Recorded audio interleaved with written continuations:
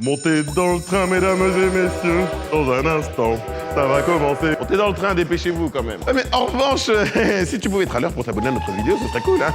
Alors, Loana, comment tu trouves mon train?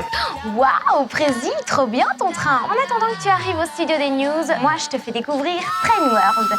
En Europe, les premiers à avoir le train, c'était les Anglais. Mais les Belges ont développé le premier chemin de fer public. Stylé, hein? Mais ça n'a pas été facile. Tout le monde n'était pas chaud pour le projet. Certains trouvaient que ça n'avait aucun intérêt. En plus, il y avait des rumeurs qui disaient que le lait qui allait être transporté dans le trajet du train allait arriver battu et les œufs en omelette. Bon, ça paraît fou comme ça, mais à l'époque, les gens n'avaient jamais pris le train. Du coup, certains y croyaient. Non mais n'empêche, t'imagines, ton poulet, il est pas cuit, tu prends le train avec lui, t'arrives à destination, il est cuit. Oh, c'est génial. Et le train, il s'appellerait forcément micro-train onde. Et n'empêche que le 1er mai 1834, c'est officiel, la Belgique lance ses chemins de fer.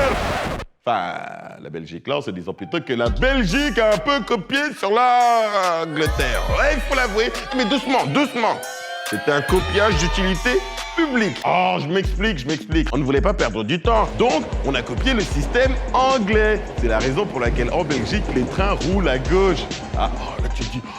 C'est vrai ça. Et là, tout s'est enchaîné, hein. Les locomotives qui allaient rouler en Belgique ont été commandées en Angleterre. Mais les rails belges, eux, ont été construits en Belgique. Soyons fiers, hein. On a un secteur de la métallurgie excellent. On est les champions du monde du game. Ah ouais. Eux, ils sont là. Ramenez la coupe à la maison.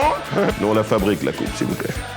Yes, et premier départ un an plus tard, le 5 mai 1835. Le premier train démarre d'une toute petite gare qu'on avait fabriquée pour l'occasion. Elle s'appelait la gare de l'Allée Verte. Bon, en réalité, c'était plutôt un petit cabanon où on ne pouvait pas accueillir tous les passagers. Mais ouais! Et il faut aussi savoir qu'à cette époque, le premier départ était une fête monumentale. C'est clair, tout le monde était là. Mais surtout, le roi, Léopold Ier. On ne pouvait pas rater ça, ah ça non. Mais bon, il n'a pas pu être du premier voyage.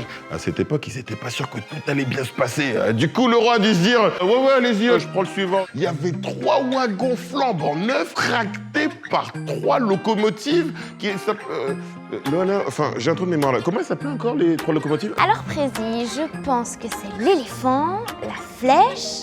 Et le troisième, c'est quoi déjà? C'est bon, je m'en souviens. Stephenson. C'était le nom de l'ingénieur anglais qui a conçu ces magnifiques machines. Et de là, tout est parti. Premier trajet, Bruxelles, Malines. Et quand je vous dis que c'était un événement, c'était un événement. Tout le long du trajet, la foule s'était mise, la pop-pop, et le train, il passait là. Il n'y avait pas quelqu'un qui avait un compte Instagram? Exactement, Prési. Encore mieux qu'un concert BTS, peut-être pas. On roule à vitesse réduite, seulement à 30 km/h, parce qu'on ne sait pas si le corps humain peut supporter une plus grande vitesse que ça. Bon, c'est rigolo parce qu'actuellement, les trains roulent en moyenne à 120 km/h. En tout cas, les trains, ça a été comme TikTok pendant le confinement. Une vraie révélation.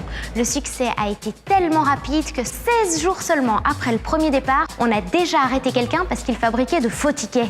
N'empêche, 1926, naissance de la SNCB, Société nationale de chemin de fer belge. 5000 km de voies ferrées qui recouvrent toute la Belgique. Le réseau le plus dense du monde. Champion du monde, je te dis. Oui, et pendant cet âge d'or, la Belgique est à fond. Elle construit même ses propres locomotives, comme la Type 12 par exemple.